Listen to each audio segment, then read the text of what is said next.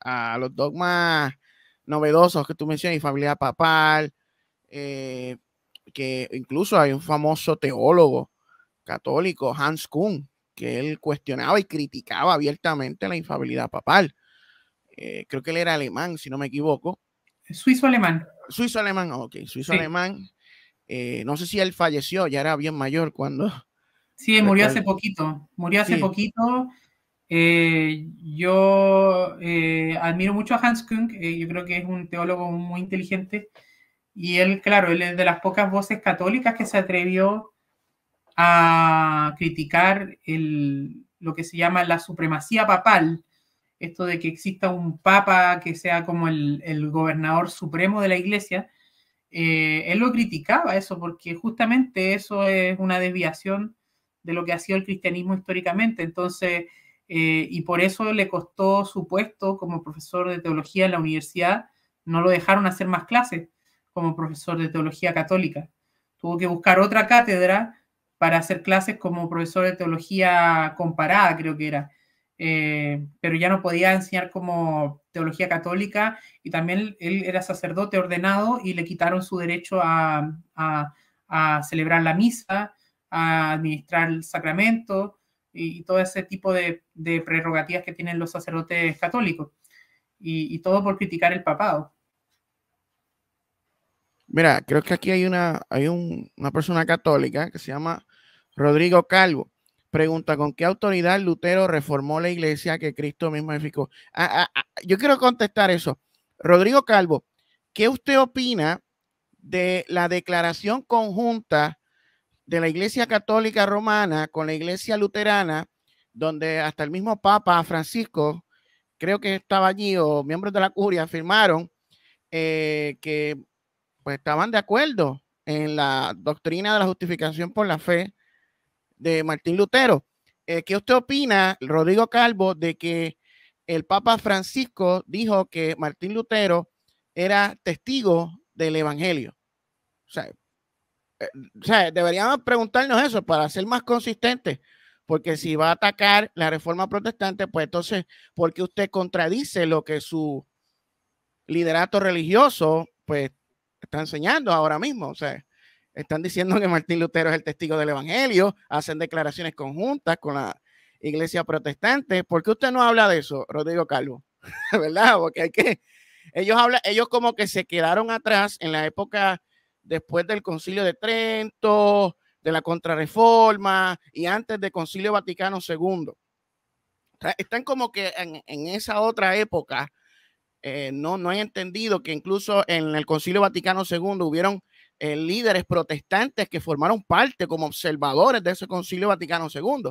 Ahí, desde ese entonces es que la Iglesia Católica Romana comenzó a llamar a los protestantes como hermanos separados y comenzó a promover este ecumenismo entre los cristianos de las diferentes ramas.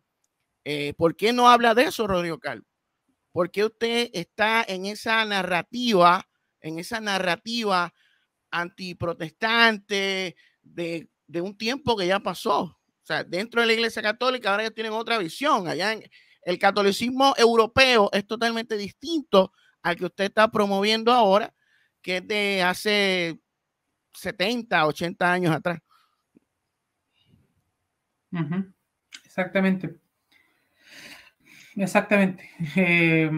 No, incluso yo diría que la pregunta que él hace de que con qué autoridad Lutero reformó la iglesia que Cristo mismo edificó, bueno, hay que ver, porque por ejemplo Tertuliano decía que si la iglesia cae, por ejemplo, en pecados terribles como la idolatría, ya deja de ser la auténtica iglesia católica fundada por Cristo. Entonces, vemos que en esa época habían unas prácticas bastante aberrantes, y según lo que el mismo Tertuliano hubiera dicho, o sea, ya se apartó. Entonces lo que quería hacer Lutero era volver a las fuentes originales de la fe, que es la escritura. Lo que decía también San Agustín, le escribía una carta a Jerónimo, creo que decía, donde decía que la autoridad última en materia de fe, de religión, tiene que ser la escritura. Entonces Lutero quería volver a eso. Y los que no lo dejaron fueron precisamente las autoridades papales. Entonces, ¿quién es que se apartó de la iglesia que Cristo fundó? ¿El Papa o Lutero? Así mismo es. Mira, dice que la declaración conjunta dice que los protestantes aceptan la justificación por la fe católica y rechazan la sola fe luterana.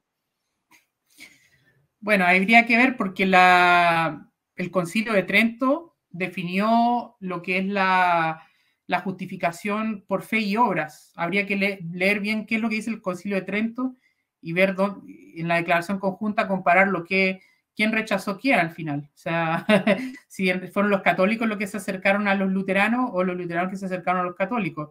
Pero me parece que ese es un documento bastante importante porque más allá de que quizás se redefinan ciertas cosas, los católicos hicieron un intento bastante genuino de entender a los luteranos, a los protestantes, y los protestantes también de entender cuál es la visión católica. Entonces, eso es totalmente distinto a lo que vemos, por ejemplo, en estas peleas de redes sociales, donde los católicos condenan a los evangélicos, a los protestantes como herejes, cuando en realidad desde las mismas autoridades eclesiásticas lo que se quiere es un acuerdo, llegar a un entendimiento y llegar a una unidad.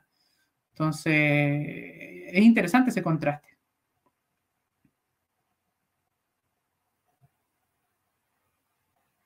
Sí, ya mismo viene por ahí Franco. Sí, que hay como una doble narrativa, o sea, vemos una doble propaganda. Acá en América Latina, pues vemos unos grupos de católicos con esa narrativa antiprotestante, cuando en Europa, pues vemos todo lo contrario. O sea, vemos la promoción de un ecumenismo y un diálogo interreligioso. Saludamos a Franco, que está entrando aquí en sintonía. Hola, ¿cómo están? Hola, Franco, ¿qué tal?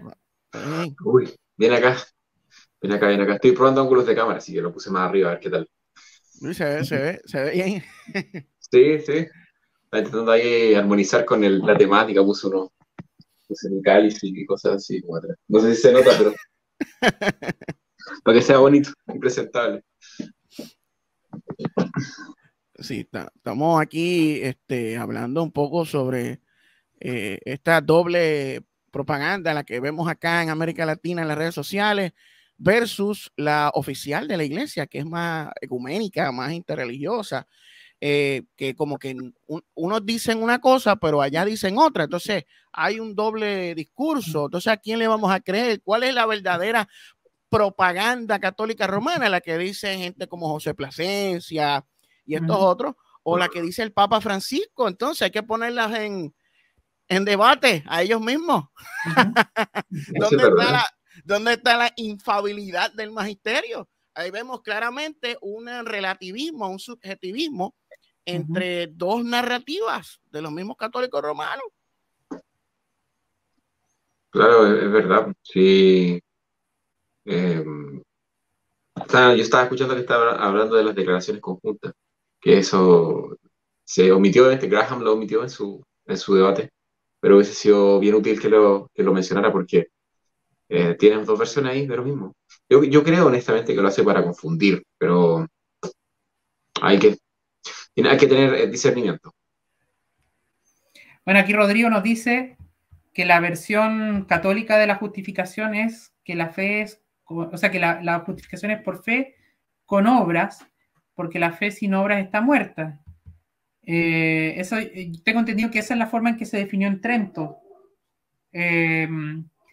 Los protestantes no estamos tan en contra de eso, pero nosotros lo que hacemos es que distinguimos de que la justificación es por fe, pero esa es una fe que obra en amor, es decir, que es una fe que genera un cambio en la persona, que esa persona va a obrar en amor cosas buenas, va a poner al prójimo antes que a sí mismo. Eso sería una fe verdadera y no una fe muerta. Y en ese sentido, eso también es lo que yo entiendo que fue el tenor de la declaración conjunta. Sí, que no es un mérito humano como tal, la obra. Claro, no es un mérito humano, o sea, la fe viene primero, y creo que los católicos también lo entienden de esa forma. Lo que pasa es que ellos lo enredaron un poco con el lenguaje de tridentino, ¿no? El lenguaje de Trent. Pero hoy día había un más acercamiento en ese sentido. Un mayor acercamiento. Sí, sí, totalmente. Sí. Sí, pero a mí lo que igual me enreda como protestante, siendo muy honesto, es como, por ejemplo, a ver, si yo fuera luterano, anglicano, ¿cómo veo también el acercamiento de algunas iglesias y sínodos y grupos al catolicismo romano?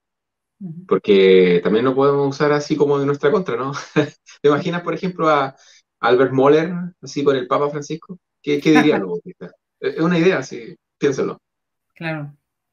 Pero es raro porque, pues sí, yo lo vería bien difícil en todo caso, porque Albert Moller ha dicho públicamente que el Papa es el anticristo y cosas así, ¿no? Entonces, Basado. lo veo bastante difícil. Mm. Yo creo, o sea, yo no creo que el Papa sea el anticristo, yo creo que el papado como institución Claro, el papado, sí. es una especie de anticristo o es una Sí. institución anticristiana, por decirlo en algún sentido, ¿no? Claro. Ahora, una duda así para contextualizarme bien. La tertulia es random, ¿cierto? Estamos hablando de todo, obviamente. Sí, Perfecto. es Déjalo popurrí. fluir, déjalo fluir. Es un popurrí. Mira, este libro, te lo voy a enseñar. Este libro me lo compré hace poquito. Estaba leyendo la introducción hace algunos días, pero ya terminé el anterior de las iglesias, el comentario de Calvino. Pero mira, me fijé de un detalle, un detalle, un detalle. Él hace la introducción, por lo menos el libro, es un conocido de Vadillo. A ver, ¿quién es? Carlos Cruz. Moya, Carlos Moya, sí. aquí de Puerto Rico, Ah, pastor presbiteriano.